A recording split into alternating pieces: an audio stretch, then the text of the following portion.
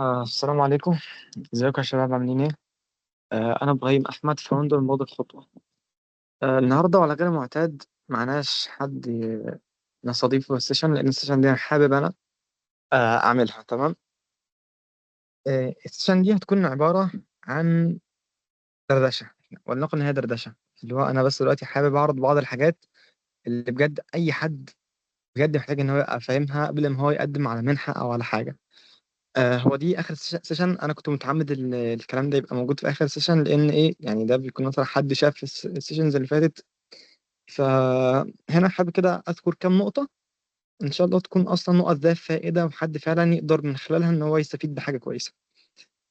طيب، اول حاجة انا عايز اذكر حاجة سريعة جدا يعني كده، وهي ان المنحة مش كل حاجة. تمام. لان ناس كتير جدا بتبص للموضوع ده، تحديدا الناس اللي يكونوا لسه بادئين في ان هم يدوروا على يفهموا الدنيا دي عامله ازاي. الناس دي بيكون عندها فكر مغلوط تماما بخصوص الامور دي، خصوصا اصلا هي بتكون عباره عن ايه. تمام يعني انا مثلا كابراهيم انا ممكن اكون حابب اقدم مثلا في يو اس ايد. تمام، فانا شايف ان يو اس ايد عايزه بعض المتطلبات، عايزه مثلا تطوع، عايزه مثلا سي في، عايزه مثلا مش عارف ايه، هي اصلا ما بتطلبش سي في ولكن كمثال يعني، ولنقل لمنحه معينه عايزه سي في وعايزه مش عارف ايه. فالناس تقعد تقول انا كل اللي هعمله اللي انا ايه لازم اركز على الحاجات دي. لا، ماشي، ده حاجه كويسه. يعني انا مثلا كل اللي هعمله في حياتي اللي انا عايز سي في، فانا لا لازم اعمل احسن سي في موجود في الدنيا. تمام. واحد تاني لا انا لازم مثلا اتطور في حاجات كتير جدا. واحد تالت لا مش عارف ايه، واحد تالت رابع لا مش عارف ايه. فده كله للاسف هو صح ولكن مش افضل حاجه.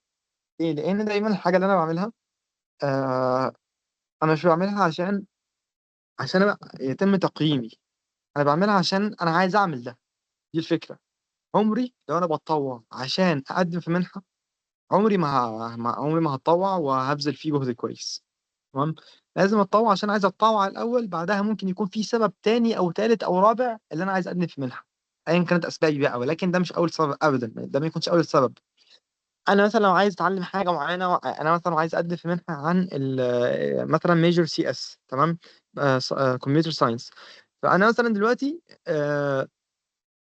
انا مثلا دلوقتي ما اعرفش حاجه عن السي اس، فانا قررت ان انا ابدا اذاكر سي اس عشان اقدم في منحه على الميجر ده. السؤال بقى، هل انا بذاكر السي اس عشان انا بحب السي اس، ولا بذاكر سي اس عشان اقدم في منحه في السي اس؟ لان لو كل دماغي ان انا اقدم في منحه عشان الحاجه دي، وانا بعمل حاجه عشان اقدم في منحه، فانا بالتالي كل اللي أنا بعمله ده ملوش لازمه. ملوش لازمه ليه؟ اولا انا مش مخلص في نيتي. ليه؟ انا مثلا لما بتطوع، هل انا بتطوع لوجه الله ولا انا بتطوع عشان اقدم في منحه؟ لان انا بالنسبه لي بتطوع عشان بس اعمل سي في، عشان بس يبقى انا اسمي اتطوعت، عشان بس يبقى اسمي نقدم في منحه، يبقى انا كده ما خلصتش نيتي. تمام. دي حاجه. تاني حاجة، هل أنا بعمل ده عشان أتعلم ولا عشان مجرد يبقى اسمي عملت؟ يعني أنا دلوقتي هل دخلت كورس، هل أنا داخل كورس أتعلم وعشان يبقى معايا شهادة؟ دي بقى حاجة برضو حاجة دايما ناس كتير جدا بتعملها، اللي هو أنا دخلت كورس أو دخلت بروجرام أو دخلت انترنشيب أو أيا كان، بخش مش عشان أتعلم حاجة، لا عشان آخد شهادة في الآخر وأطلع وأمشي. طب أنا كده استفدت إيه في الآخر؟ أنا كده ما عملتش حاجة تماما، أنا كده حرفيا زي ما طلعت، أو زي ما دخلت زي ما طلعت، أنا كده حرفيا مفيش أي فائدة مرجوة.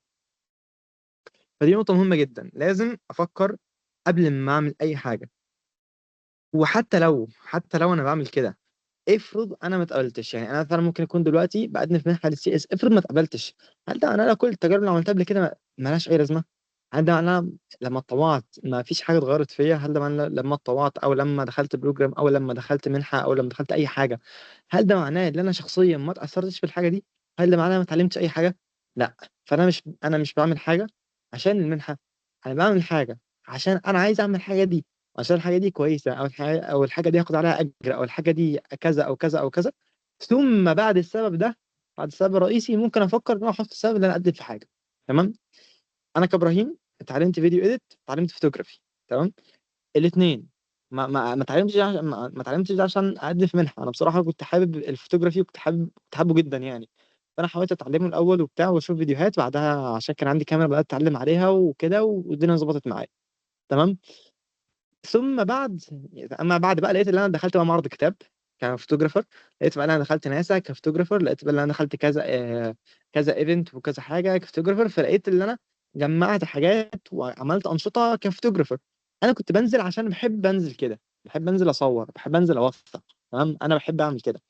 مش بنزل عشان اكسب خبرات اطلع بيها اقول انا اقدم بيها في منحه، لا ده غلط. تمام.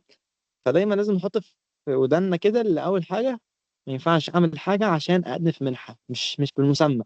بعمل حاجه عشان انا عايز اعمل الحاجه دي، او عشان انا عايز اتعلمها، ثم بعد بلاقي ان الدنيا بتيجي معايا. يعني انا دلوقتي بلاقي ناس، ممكن حد يعرض عليا يقول لي مثلا في فرح، عايزينك مثلا تيجي تصور. تمام. انا بصراحه انا ماليش في تصوير الافراح عموما، انا برفض يعني. عشان انا ما بفهمش فيه، وده بيبقى حاجه مميزه، فانا ما ببقاش عايز ابوظها، لان ما صورتش افراح قبل كده. لازم يبقى حد فاهم في الحاجه دي بالذات، يعني انت تصوير انواع. آه فاللي انا بقوله، انا حد دلوقتي ممكن يجي لي يقول لي صور، عايزك في شغل كذا. فهو عايزني في شغل، وانا تمام تمام، انا تمام. بس الفكره، هل انا لما اتعلمت تصوير عشان اشتغل بيه؟ انا في الاول اتعلمت تصوير اللي هو كده هوايه، بحب التصوير. لقيت الموضوع جاب حاجه لحد ما بدات، حتى وانا بقدم في منح بقول ان انا فوتوجرافر عادي. ليه بقى الموضوع؟ خلاص بقى الموضوع قلب معايا ان انا بقيت خلاص تمام، بقت حاجه دي بالنسبه لي اللي هو اي حد عارف ان ابراهيم بيصور كويس، لما اقدم في اي حاجه دي بالنسبه لي حاجه تمام انا بقولها. بس هل انا اتعلمتها عشان كده؟ اتعلمتها عشان انا بحب كده. فلو انا كل حاجه هعملها عشان اقدم في منحه، فانا هعمل حاجات انا مش حاببها، وبالتالي مش هستفيد منها. يعني في حد ممكن يقدم في منحه هو اصلا مش مقتنع بيها، ولا مقتنع بفكره المنحه دي، ولا المنحه دي هتفيده، بس هو بيقدم وبيتقبل وبيخش عشان بس مجرد ان هو يبقى اسمه دخل الحاجه دي. ده غلط تماما. لان طول ما هو مش مقتنع، وطول ما هو مش حابب الحاجه دي، مش هيعرف يعبر عنها كويس، ومش هيعرف يبرز قد ايه الحاجه دي فعلا اثرت فيه، لان هي اصلا مش هتاثر فيه عموما. دي كده اول نقطه، ودي نقطه مهمه جدا جدا جدا جدا. طيب. دلوقتي تاني حاجة وهي، في بعض الحاجات اللي دايما يعني بتكون غريبة والناس أصلا تفهمها غلط.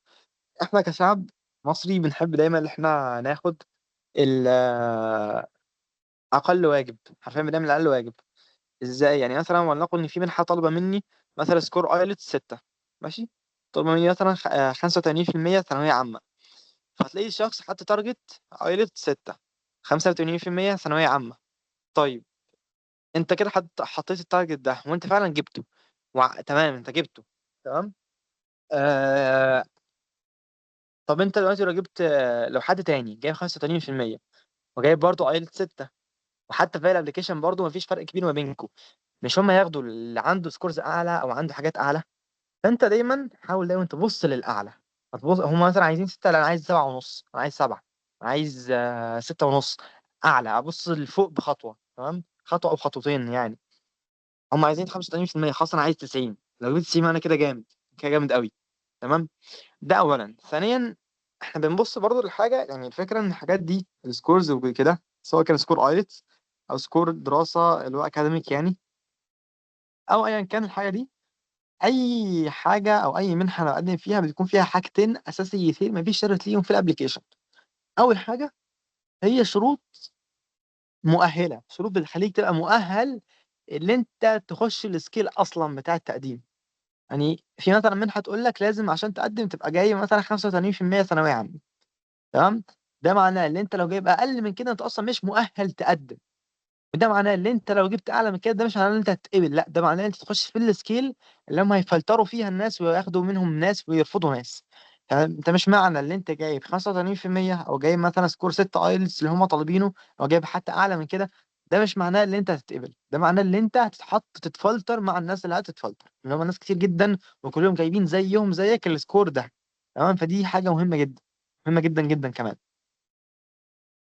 ليه؟ لأن إحنا بنبص للموضوع بمنطلق اللي أنا مثلا محتاج كذا، فأنا هعمل كذا عشان كذا. بس لو أنا هجيب 6 ونص، 6 أيلتس مثلا عشان أعرف أتقبل، بس كده. في حاجات تانية طالبينها أو في حاجات تانية تفرق معايا أنا حتى ما حدش بيديها اعتبار، ده غلط. تمام. فالصح بقى إيه؟ الصح اللي أنا يعني لو عايز فعلا اقدم في حاجه، او عايز انا مثلا لسه معايا وقت، او لسه مثلا طالع تانية ثانوي، لسه طالع اولى ثانوي او حاجه. الصح يا باشا ان انت ما تعملش حاجة وانت مجبر عليها، ما تعملش حاجة وانت مش مقتنع بيها، وما تعملش حاجة مجرد ان انت بتأدي الواجب وخلاص. تمام.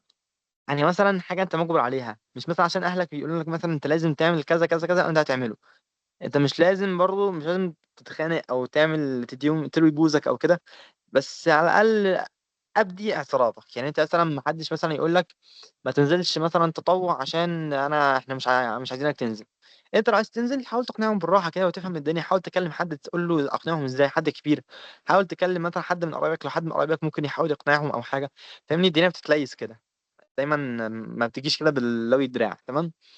ده اولا. ما تعملش حاجه بالاجبار. اعمل اللي انت عايزه واللي انت عارف ان هو صح ليك. تمام؟ ده اول حاجه. تاني حاجه، ما تعملش حاجه انت مش حاببها. او يعني انا مثلا مش مثلا عشان انا عايز اقدم في منحه للسي اس يبقى انا كده هذاكر سي اس. مش عشان انا مثلا عايز اخش مسابقه في حاجه معينه انا كده هعمل الكلام ده. لا، انا بعمل الكلام ده عشان انا عايز الحاجه دي. انا عايز التخصص ده، انا عايز اعمل كده، انا حابب اعمل كده. ممكن اكون حابب اعمل كده بعدها اخش مسابقه عادي، ولكن ده ما بعملش حاجه انا اصلا مش بحبها غصب عني عشان في الاخر اقول ده انا عملت، او انا ده انا كده. انت كده هتعمل حاجه وانت اصلا مش هتبقى حابب الحاجه دي اصلا. تحط نفسك في زون انت اصلا مقروف منها. فاهمني؟ انت طالما انت مقروف انت مش هتعمل حاجه. انا بقول لك وانت مش هتعمل حاجه. حرفيا كده هتفضل واقف كده وتتفرج بس كده، مش بس هتقف ثابت. تالت حاجه، ما تعملش حاجه انت آه كنت بقول ايه؟ كنت بقول ما تعملش حاجه يا صديقي آم، انت بتعملها بس لتأدية الواجب. تمام؟ انت مثلا مش عشان مثلا منحة تاني بت بتقول لك مثلا هات سكور 6 ايلتس، ما تعملش كده. انت هتذاكر ايلتس ليه؟ اولا عشان تبقى كويس في اللغة، ثانيا عشان تجيب السكور بتاع المنحة، ثالثا عشان انت بتحب اللغة. فاهمني؟ انت بتحاول عشان انت تبقى كويس في اللغة، عشان لما تتكلم مع حد بالانجليزي تعرف تتكلم معاه. فاهمني؟ ده عموما ده اهم سبب من الثلاثة انا قلتهم كده. تمام؟ ده اهم سبب ان انت عشان تعرف اصلا تتكلم باللغة. فانا مش بذاكر ايلتس او مش بذاكر الانجليزي عشان اقدم في منحه. انا بذاكر انجليزي عشان انا ابقى كويس في الانجليزي عشان اعرف اتواصل مع الناس. تمام؟ لان الايلتس في الاول في الاساس يعني هو بيختبر قدرتك في التواصل مع غيرك. لو انت بتعرف تتواصل مع غيرك يبقى انت كده تمام قوي قوي خلاص. فاهمني؟ فده الاساس اصلا. يعني انت ما تكونش تعمل حاجه الاساس خاطئ. لان الايلتس ده وسيله وليست غايه. اي حاجه من دول مش المبدا اللي انت عارف ايه الوسيله وايه الغايه. طالما انت عارف فين الوسيله وفين الغايه انت كده تعرف انت بتعمل ايه. فانا مش هبذل جهد كبير جدا على وسيله واهمل الغايه الاساسيه. يعني انا ممكن يبقى عندي وسيله معينه لحاجه اركز فيها قوي وبهمل الغايه الاساسيه بتاعتها، يبقى انا كده ماشي غلط. تمام؟ ده كده بخصوص الحاجه اللي ممكن تكون مغلوطه بالنسبه لناس كتير قوي قوي. يعني ناس كتير قوي كمان. طيب، دلوقتي حاجة كمان وهي الدراسة بره. تمام؟ بص يا باشا، اولا مش عايز احبطك، ولكن بصراحة دي حاجة كل انت لو مش مدركها هتدركها مع الوقت. ولكن دراسة بره حتى لو بمنحة انت محتاج فلوس كده كده. حتى لو بمنحة هتحتاج فلوس حاجات تانية. هتحتاج حتى لو منحة بتديك فلوس هتحتاج فلوس أكتر. حتى لو منحة تتكفل بكل فلوس، المنحة اللي بتتكفل بكل حاجة دي بتكون منح في الغالب انترناشونال. والمنحة الانترناشونال دي كلها بتاخد عدد قليل جدا جدا جدا، والنسب اللي بيقولوا فيها قليلة جدا جدا جدا. تمام؟ فأنت يا حبيبي كده ما ينفعش تقدم في منحة بره لمجرد مسمى اللي أنا عايز أسافر. ده عموما انت لازم تعرف ظروفك. لازم تعرف هل انت هتعرف تتأقلم مع البيئة بره ولا لا، ولازم تعرف هل انت اصلا ممكن تعيش لوحدك ولا لا. لازم تعرف حاجات كتير قوي. لازم الموضوع مش مجرد انت بس لا انا هسافر. ماذا بعد؟ فاهمني؟ انت لو عايز تتعلم كويس في حاجات كتير قوي ممكن تتعلم بيها كويس. ممكن تخش هنا في مصر الاي بي سي مثلا. ممكن تقدم مثلا على اي جاست. ممكن تقدم مثلا في زويل. ممكن تقدم في كذا منحه هنا في مصر في جامعات كويسه. ممكن مثلا تدرس مثلا طب قصر عيني. طبعا طب قصر عيني من احسن كليات الطب عموما. يعني كليه طب تقيله تقيله جدا يعني بجد. انت بجد يعني انت مش متخيل هي فعلا قد ايه كويسه. ففي حاجات عندنا كويسه. فانت لو هدفك ان انت تتعلم كويس فانت عندك فرص تتعلم كويس في مصر. فانت ليه تمرمط نفسك؟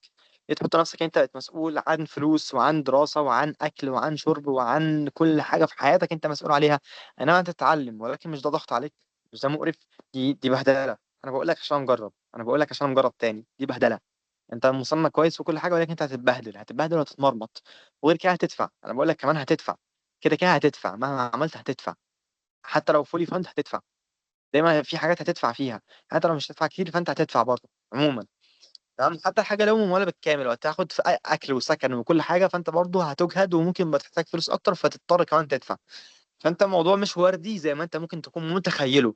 وطبعا جامد، طبعا في جامعات بره مصر احسن كتير جدا من جامعات في مصر. طبعا بالذات في مثلا في حاجه في حته زي امريكا، طبعا التعليم فيها في مستوى تاني تماما عن اللي احنا فيه. ولكن لازم تبقى عارف يا صديقي انه السفر مش للسفر، السفر عشان انت عندك بعض الاهداف اللي عايز تحققها من خلال السفر. انت مش بتسافر عشان انت عايز تسافر، انت بتسافر عشان تعمل حاجة تانية. تمام. هنا بقول لك تاني، برجع اقول لك ركز على الغاية، ما تركزش على الوسيلة، لان السفر مش غاية. السفر وسيلة بتوصلك لحاجة. ممكن توصلك لجامعة معينة تتعلم منها حاجة كويسة جدا، ممكن توصلك لمجتمع تاني، ممكن توصلك لحاجة تانية، ممكن توصلك مثلا بحد أو ناس مثلا شاطرين جدا في مجالهم، ممكن توصلك لأن أنت تعيش حياة أفضل، ممكن توصلك لشغل أحسن. بس السفر مش غاية، انت مش بتسافر عشان انت هتسافر، لا انت بتسافر عشان حاجة. ممكن حتى اكشن تسافر عشان سياحة، انت بتسافر عشان تتفسح. ولكن السفر عمره ما كان غاية ابدا، هو دايما كان وسيلة لحاجة تانية. فانت ما تفكرش ان انت بتسافر عشان تسافر، دي حاجة وحشة جدا. بجد هتزعل، انا بقول لك هتزعل لو انت تبص بالمنطلق ده. بقول لك ان انت هتترفض اولا، مش هتقدم في حاجة وتتقبلي بيها بالعقلية دي، انا بقول لك اهو. وانت بتكتب اسايز مش هتقبل وانت بتكتبها، انا بقول ماشي. ده اولا. ثانيا، مش هتبقى مبسوط في الاخر. عموما انت مش هتبقى مبسوط، لان انت رايح كده، انت اصلا ما عندكش، انت رايح كده وخلاص، انت ما عندكش حاجه عايز تعملها اصلا عشان تحاول تعملها. انت رايح كده، انا سافرت، ماذا بعد يا قلبي؟ ماذا بعد؟ مفيش اي حاجه. تمام. فدي نقطه مهمه جدا، مهمه جدا قوي يعني. طيب. برضه انا عايز اقول انا بعمل الكلام ده ليه. انا طبعا بعمل الكلام ده لان دايما بشوف ناس بتكون بتحاول تبدا ان هي تدور على منح او على حاجه، ولكن هم اصلا ما بيكونوش فاهمين اصلا الدنيا فيها ايه. فانا بجد الناس دي، يعني بجد انا بتضايق اولا ان لما حد مثلا يسال اسئله، بحس انا بجد، طب انتوا ليه بجد بتعملوا كده في نفسكم؟ يعني انت ليه بتفكر بالشكل ده؟ يعني مثلا حد دايما يقعد يقول انا عايز اعمل سي في جامد، انا عايز اعمل سي في جامد، انا عايز اعمل سي في جامد، عايز شهادات. طب تقول له يا ابني والله العظيم مش فارقه الشهاده. يعني مثلا يقول لك انا لازم اروح كامب، او مثلا في كامب معين فاتح، هيقول لك في شهاده. اقول له لا، يقول لي لا مش رايح. طب ليه؟ طب ما كان كويس مثلا، لو كان كويس، فانا اقول له طب ده كويس اصلا، انت ليه مش عايز تروح؟ يقول لا انا مش عايز شهاده عشان تثبت ان انا رحت. طب انت يفرق معاك اللي انت رحت ولا ما رحتش؟ ولا يفرق معاك انت اتعلمت ايه؟ يعني انا كابراهيم، انا كنت متطوع في معرض الكتاب تمام السنه اللي فاتت. معرض الكتاب لحد دلوقتي ما خدناش شهادته، ولكن هل ده يمنع، او هل ده يوحي ان معرض الكتاب تجربه وحشه؟ او هل ده يقول ان انا كابراهيم بكتب لو انا قلت ان انا دخلت معرض كتاب؟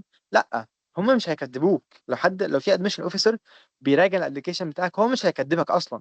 هو يفرق معاه انت بتتكلم ازاي. يعني لو انا بوصف تجربه، بقول احنا عملنا كذا، اتعلمت من التجربه دي كذا، اتعرفت على فلان وفلان وفلان، ده علمني كذا، عملت كذا ومش عارف ايه. هو بالنسبه له، هو يهمه الكلام اللي انا بقوله، ما يهموش الشهاده. الشهاده دي بالنسبه له ورقه، ورقه حرفيا. المشكله اللي احنا عندنا في مصر بنمشي من مبدأ الشهادات ده، رغم ان الشهادات دي اصلا ملهاش لازمه. والشهادات اصلا مش بالاهميه اللي احنا متخيلينها، ملهاش اصلا اهميه يعتبر. الاهميه في الخبره، الاهميه في اللي انت اتعلمته، مش في الشهاده اللي معاك. دي حاجه بجد مهمه جدا جدا جدا، ومش كله اصلا بيفكر فيها. تمام. ده كده بخصوص موضوع الكلام ده. او انا ليه بعمل الحلقه دي دلوقتي يعني. طيب. ده كده تاني نقطه. تالت نقطة بقى، وهو يعني ايه اصلا منحة. انا كنت قلت الكلام ده في فيديو قبل كده، بس هو كان فيديو 4 دقايق وكنت مكروت فيه الدنيا شوية. لكن هحاول بقى في السيشن دي اقول كده الموضوع بالتفصيل بقى، التفصيل الممل، لان انا اصلا قاعد بتكلم كاني برغي، أنا قاعد برغي عموما يعني. قاعد بهرتل بالكلام وخلاص، والدنيا مش فارقة معايا، والدنيا بيس تمام، الدنيا بيس تماما. فدلوقتي المنحة يا باشا هي عبارة عن ان في مؤسسة معينة، المؤسسة دي باصة لشخص معين، الشخص ده شايفين ان هو ممكن يكتسب خبرة معينة، لما يخلص وياخد الخبرة دي ممكن يفيدهم بشكل من الاشكال. فهم بيدوا الشخص ده فلوس معينة عشان يتعلم تعليم كويس، فلما يخلص هو كده يبقى اسمه خد حاجة من المكان ده. ممكن المكان ده يزيد الرانك بتاعه لو هي جامعة. طبعا الجامعات اللي بتدي منح، لو الناس دي عملت انجازات اللي خدوا منح، الجامعة الرانك بتاعها العالمي بيعلى. ممكن يكون ده الاسباب دوليه. يعني مثلا في دول بيبقى لازم يبقى فيها نسب معينه من السياح او من الاجانب، فبعض الدول بتلجأ ان هي تعمل منح للجامعات بتاعتها عشان تجذب طلاب من بره، عشان برضو يحاولوا يبقى في نسب اجانب اكتر في الدوله دي. في دول بتعمل حاجات تانية، وفي حاجات مختلفه كتيره قوي بتحصل. دلوقتي يا باشا اللي بيحصل انه الكلام ده كله، آه، هو عباره عن السكيل بتاعت المنح، او يعني ايه اصلا منحه بشكل عام. ولكن دايما هتلاقي ان في منح لكل واي حاجه. زي ايه؟ انا عايز اقول لك، انا سمعت من حد قبل كده ان هو بيقول ان هو اخد منحه في الطبخ. ده بجد، ان هو سافر عشان يتعلم ازاي يطبخ. ده فعلا، يعني انت متخيل الموضوع وصل لفين؟ وصل لدرجه ان انا ممكن، يعني انا ممكن اتعلم طبخ في منحه. الموضوع بجد مضحك قوي. في ناس بتسافر مثلا انترنشيب ببلاش ياخدوا فيها منحه. في مثلا ناس بتدرس في جامعات ببلاش، في ناس بتدرس ماستر ببلاش، في ناس بتدرس بي اتش دي ببلاش، في ناس بتدرس بروجرامز ببلاش. يعني ايه بروجرام؟ يعني اللي انا مثلا باخد في مده صيفيه او حاجه، او يعني على حسب بقى هو بروجرام ولا سمر بروجرام. ممكن يكون مثلا شهر، شهرين، اسبوعين، حاجه زي كده، او ممكن سنه، او في الرينج ده يعني. ممكن يكون اونلاين او اوفلاين. خلال البروجرام بتتعلم حاجات معينه او سكيلز معينه. الحاجات دي برضه ليها منح. في منح في كل حاجه واي حاجه ممكن تتخيلها، حتى كورسات ليها منح زي كورسرا. فيها سكولرشيبس اللي انت تقدم على فاينانشال ايد وتاخد الدعم المادي بتاعك يا حبيبي. تمام. فانت حتى كل حاجه حرفيا فيها منح. فمبدأ المنحة مش بينطبق على حتة الجامعات. تمام. مش بينطبق على حتة اللي انت تدرس بره. حتى في منح في مصر، في منح داخلية وفي منح خارجية. في منح بتعملها مؤسسات في مصر، في منح بتعملها مؤسسات خارجية بتعملها جوه مصر. في حاجات كتير جدا بتحصل. تمام. فانت ما تضيقش الافق بتاعك وتركز في حاجة واحدة، رغم ان في حاجات كتير جدا. يعني في بعض الناس مثلا ممكن في مثلا منحة اسمها اي اف اس، تبقى مثلا بتسافر فترة معينة، تبادل ثقافي في دولة معينة. فانا مثلا اعرف ناس سافروا فيها، في مثلا سافر امريكا، وحد سافر الصين، وحد سافر الهند، ومش عارف ايه. فكل حد سافر في حته، فهو اكتسب خبره. هو راح سافر ببلاش، اخد طبعا طيران ببلاش، اكل وشرب ببلاش، اتعرف على ثقافه جديده. كان معانا ناس من دول اكتر من دوله، وهكذا. يعني هو اتعرف على الصينيين، ومعاه ناس من اكتر من دوله، وشاف ثقافتهم، وشاف اكلهم، وشاف كل حاجه عندهم. فهو دي منحه تبادل ثقافي، هي نوع المنحه كده. تمام. ففي منح لكل حاجه واي حاجه حرفيا. فانت ما تضيقش الافق بتاعك وتركز في حاجه واحده بس، واللي انت ممكن تكسب نفس التجربه في حاجه تانية. يعني انا مثلا ممكن، لو انا بس مجرد انا عايز اكسب خبره مع التعامل مع ناس اجانب، فانا ممكن اقدم في منحه زي اف اس، ممكن اقدم في منحه مثلا زي اكسبيرمنت ديجيتال. دي منحه برضو بيبقى فيها ناس، بس دي اونلاين، بيبقى فيها ناس كتير جدا من دول مختلفه. بيبداوا يعني هو يعملوا اكتيفيتيز مع بعض وكده، بحيث ان هم ايه، يبقى في تبادل ثقافي ما بينهم. في منح طبعا عن دراسه الفاينانس والبيزنس، في منح عن دراسه السي اس، وعن دراسه ممكن كوانتم كومبيوتنج وكوانتم ميكانكس وحاجات زي كده. في منح عن كل حاجه. في حتى كان في منح عن الروبوتكس تبع مؤسسه اسمها اميدست، وهكذا. ففي حرفيا منح تاني لكل واي حاجه يا صديقي. طيب، دلوقتي انت بما انك بقت فاهم على الاقل يعني ايه منحه، وان في منح في كل حاجه، انا عايز اقول لك بقى ان انت دايما في حاجه اسمها التدرج. تمام. يعني ايه التدرج؟ يعني انت دايما في الاول تحديدا انت ما تكونش فاهم الدنيا. فانت الاول لازم تبقى مدرك اللي انت مش فاهم الدنيا قوي. انت لما تبقى مدرك اللي انت مش فاهم الدنيا، انت الموضوع بيبقى اسهل بالنسبه لك كتير قوي. يعني انت لما انت عارف ان انا مثلا في بالنسبه لي حاجه ممكن تقف معايا، فانا اسال عليها حد. انا عارف مثلا ان في حاجه دايما بحس ان هي مزعجه بالنسبه لي، فممكن اسال عليها حد. لو مثلا حاسس ان انا مش عارف اكتب ايسيس كويس، ممكن اسال حد عن نصايحه. ده حد واصل لمستوى اعلى مني، حد متدرج في حاجه اعلى مني، حد خد خبره في الموضوع، حد قدم في حاجات كتير، حد جرب وقدم وعمل وسوى، فده حد عنده خبرة كبيرة. تمام. فدايما انت وانت بتقدم، انت الاهم اللي انت تبقى فاهم انت بتقدم في ايه وتقدم ازاي. ده اهم بكتير جدا من اللي انت عامله. لان مثلا كل الناس بتتطوع، كل الناس بتذاكر لغة، كل الناس تاخد ايلتس، كل الناس تاخد دولينجو او توفل او ايلتس يعني. كل الناس بتعمل كل حاجة، ولكن مش كل الناس بتعرف تكتب، مش كل الناس بتعرف تعبر، مش كل الناس لما تفتح ابلكيشن تعرف تملاها صح، مش كل الناس بتعرف تمسك الحاجه وتظبطها. تمام. تفتح ابلكيشن تظبطه. مش كل الناس تعرف تخش على ابلكيشن الجامعه، او على ويب سايت، قصدي ويب سايت الجامعه، او على ويب سايت المنحه، وتعرف المنحه دي بتدور على ايه. يعني انا دايما لازم افهم المنحه دي اصلا بتدور على مين.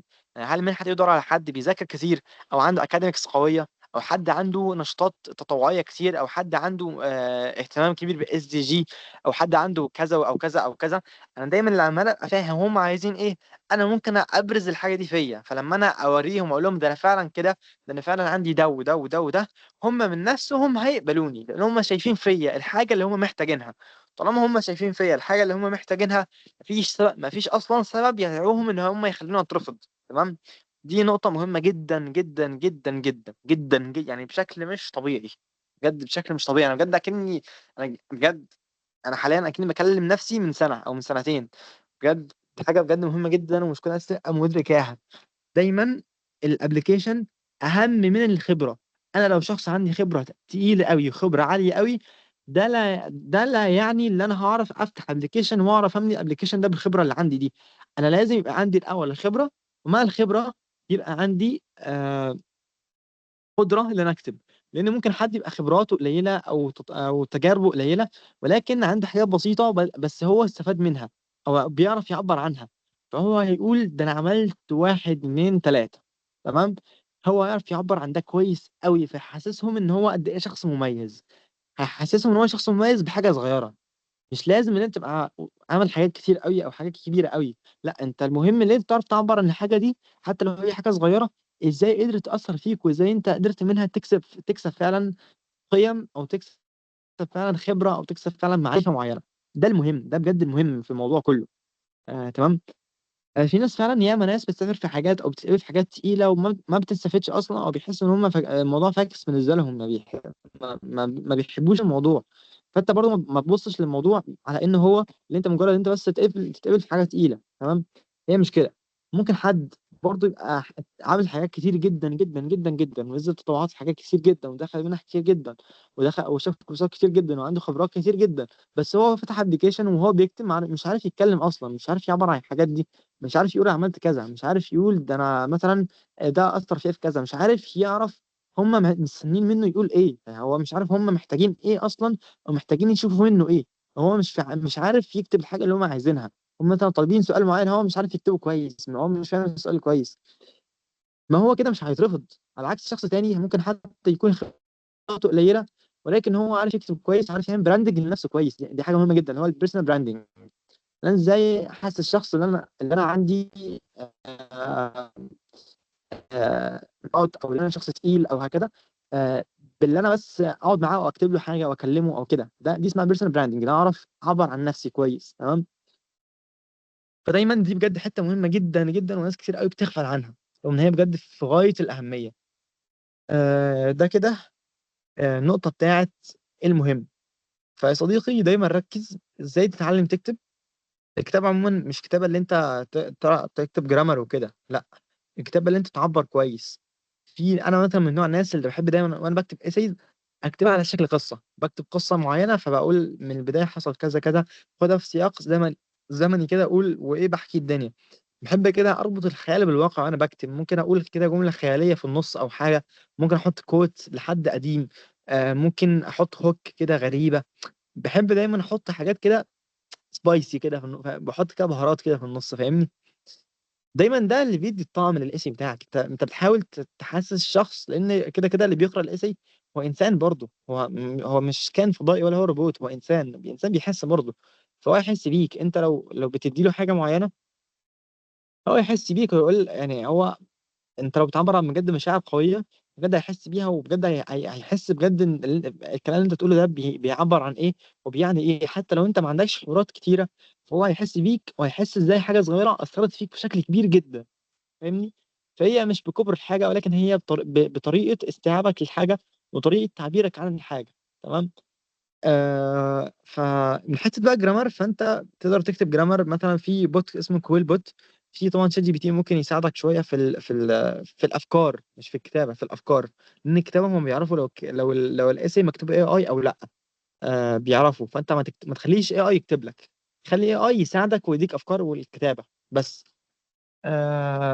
بس في عموما اي ايز كتيره هتقدر تساعدك، سواء تظبط لك جرامر زي كويل بوت، او تساعدك في الافكار زي مثلا شات جي بي تي او ايا كان يعني. فالحاجات دي كلها ممكن تساعدك بشكل كبير قوي. طيب ده كده بخصوص نقطة مهمة جدا، واللي هي التقديم، ويعني انت هتعمل ايه اصلا. طيب. طبعا بقى الكلام بتاع اللغة، الكلام بقى بتاع التطوع، الكلام بتاع الامور دي كلنا عارفينها وكلنا خابزينها. احنا مثلا عارفين في مثلا طبعا مثلا رسالة ستيم، في مثلا ناسا، في مثلا في مثلا مصر الخير، في جمعيات خيرية. في حاجات، في مثلا معرض كتاب تطوع، معرض كتاب جميل جدا. في حاجات كتير قوي فيها كلام كويس يعني. ف... ف... فطبعا يعني طبعا الكلام ده احنا عارفينه، عارفين ان في منح، طبعا عارفين الجروبات اللي بينزل عليها المنح، زي الشباب بتاع شباب، او حتى خطوة، او حتى مثلا جروب بتاع جوزيف بتاع ناو يريد سما بروجرامز، او جروبات غيرها كتير قوي، او في حتى مجتمعات صغيره مثلا 10 او 15 كده، بشوف حاجات زي كده، اللي هو شله صغيره متجمعين مع بعضهم يساعدوا بعض، اللي هو كام واحد كده مع في قلب بعض كده كده، هم كام واحد بس. ففي حاجات زي كده كتير ممكن نعرف منها الحاجة دي أو الخبرة دي فين، أو فين الفرص، أو فين المنح. تمام. فأنا عايزك يا صديقي، نصيحتي ليك يعني، دايما اعمل الحاجة اللي أنت حاببها. أنا كإبراهيم كنت بحب الفيديو إيديت من وأنا صغير، فأنا اتعلمته بصراحة عشان أشتغل بيه، لأن أنا بصراحة كان عندي مشاكل كبيرة قوي في موضوع الفلوس وكده. فانا اتعلمت فيديو ايديت عشان اشتغل. تمام.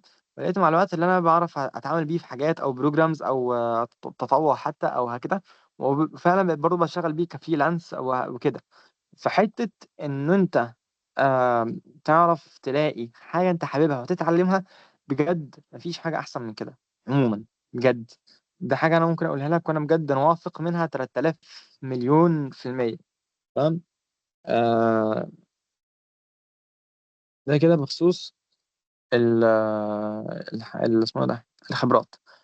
فانت مثلا انت لو تحب البرمجه، فانت ابدا اتعلم برمجه، وخش مسابقات برمجه، واعمل حاجات ليها علاقه بالبرمجه.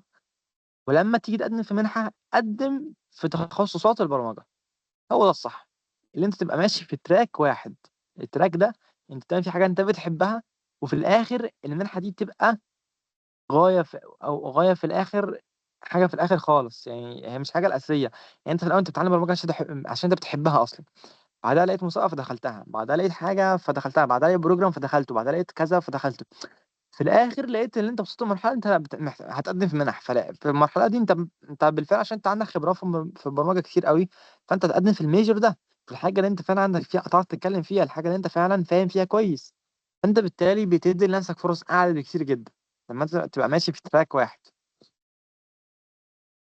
ده بصراحة كلام بصراحة أنا كنت محتاج حد يقوله لي، وأنا من سنتين أو من 3 سنين كده. بجد كنت ببقى فعلا محتاج حد فعلا يجي يقول لي، حد يجي يلطشني قلم كده ويقول لي يا غبي بص لكذا.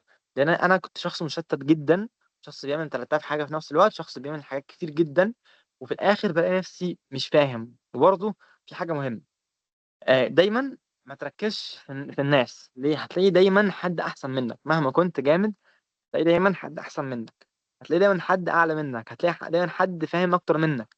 الشخص ده ما تركزش معاه فتحس ان انت اقل منه، وبرضه ما تقلش منه فتحس ان هو عبيط، او تحس ان هو اللي هو هتحس ان هو بيعمله ده ملوش لازمه، لان هو اكيد تعب اكتر منك. تمام. دي حاجه دايما بتحصل، دايما الشخص اللي بيبقى كده دايما شخص تعب قوي.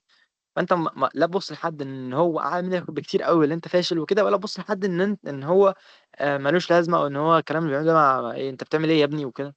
لا، دايما بص للناس في النص.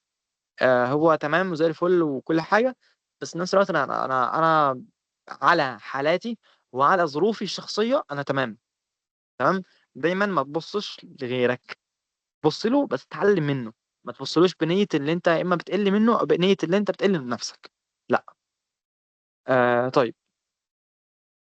عموما الحلقة دي كلها عبارة عن نصايح ل... للمنح عموما يعني. طيب دلوقتي بقى آخر حاجة عايز أقولها، وهي حتة اللغة. برضو انت لو صغير، ركز دايما على اللغه، وركز على اللغه الفعليه.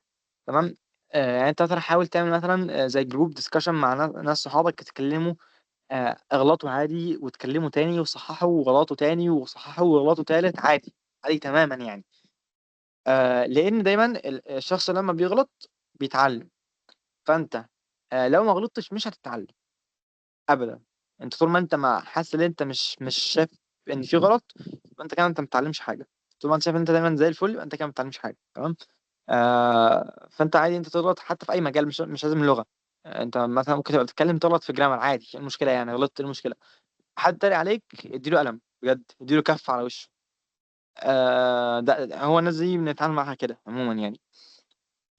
بس انا بصراحه ده كل حاجه كنت عايز اقولها.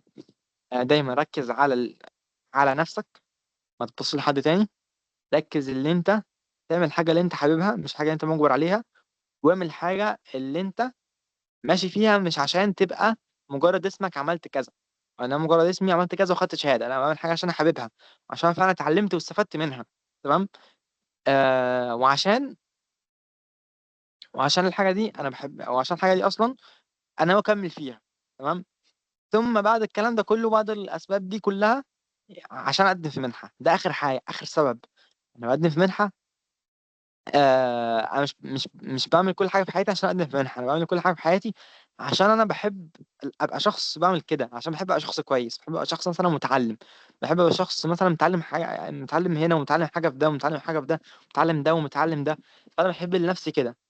يعني لو انا هبص الموضوع مجرد ان هو منحه، فانا كده لما اسافر المنحه انا كده خلاص هوقف كل حاجه في حياتي. طيب ماذا بعد؟ لا، أنا لازم بجد الشخص الاول يبقى مدرك الدنيا فيها ايه، ويبقى مدرك الموضوع فيه ايه، يبقى مدرك ان السفر صعب، يبقى مدرك ان المنح صعبه، يبقى مدرك ان هو ممكن ما يتقبلش. طب هتعمل ايه لو ما اتقبلتش؟ هيبقى مدرك ان الدنيا فيها ظروف، والظروف دي بتتغير. طب افرض مثلا لقيت ان العالم يا عم حصل حرب عالميه ثالثه، هتعمل ايه يا وحش؟ قول لي انت. انت مش ضامن حاجه بجد. تمام. فانت ما تفكرش في الموضوع، انت بتعمل خطه لحياتك. فكر في الموضوع، انت دلوقتي حاسس ان انت حابب تعمل كده، فانت دلوقتي هتتعلم ده عشان انت عايز تتعلم ده، مش عشان انت قدام عايز تعمل ده. هتحط خطط وهتحط خطط وهتحط خطط، في الاخر كل الخطط اللي انت عملتها مش هتعمل فيها حاجه، او مش هتعمل فيها حاجه، ولكن الخطط دي ملهاش لازمه، لان مش انت اللي بتحط خطط، لان ربنا اللي هو اللي في الاول وفي الاخر هو اللي بيقدر لك الحاجه المعينه دي. فانت ما تحطش خطط، الخطط دي اصلا ممكن ما تكونش خير ليك، انت مش عارف حاجه ولا انا عارف، ما حدش فينا عارف حاجه. فانت ما تخططش يا حبيبي، انت مشي كده، امشي في الحاجه اللي انت حاببها، الحاجه اللي انت شايف نفسك مبسوط فيها. بعدين في الاخر لما توصل للمرحله دي، وطبعا هتحضر الحاجات اللي انت محتاجها طبعا. ده مش معناه بقول لك ان انت ما تحضرش مثلا ايلتس ولا اي سي تي ولا توفل ولا ولا اي حاجه من الكلام ده. لا، هتحضر طبعا عادي. ولكن في الاخر انت لما تيجي تقدم، انت بتقدم وانت عارف ان انت ما تعرفش خير ليك فين. تتقدم كده وانت بتصلي استخاره وتقدم وانت انت ما تعرفش حاجه، انت بتقدم تسيبها على ربنا بس. آه انا عارف ان انا طولت شويه، عارف ان انا بصراحه بتحمس شويه احيانا وبتكلم بسرعه. ولكن اتمنى بجد ان السيشن دي تكون مفيده ولو لشخص واحد بس. يعني بجد انا بجد يعني بجد يعني آه شايف ان المهم توصل الافاده لحد، حتى لو شخص واحد. آه بس يعني انا بجد مبسوط لو حد بجد شاف الحلقه دي واستفاد منها. واتمنى ان انتوا تكونوا مبسوطين برضه. يعني بس كده، ده كل حاجه عندي. السلام عليكم.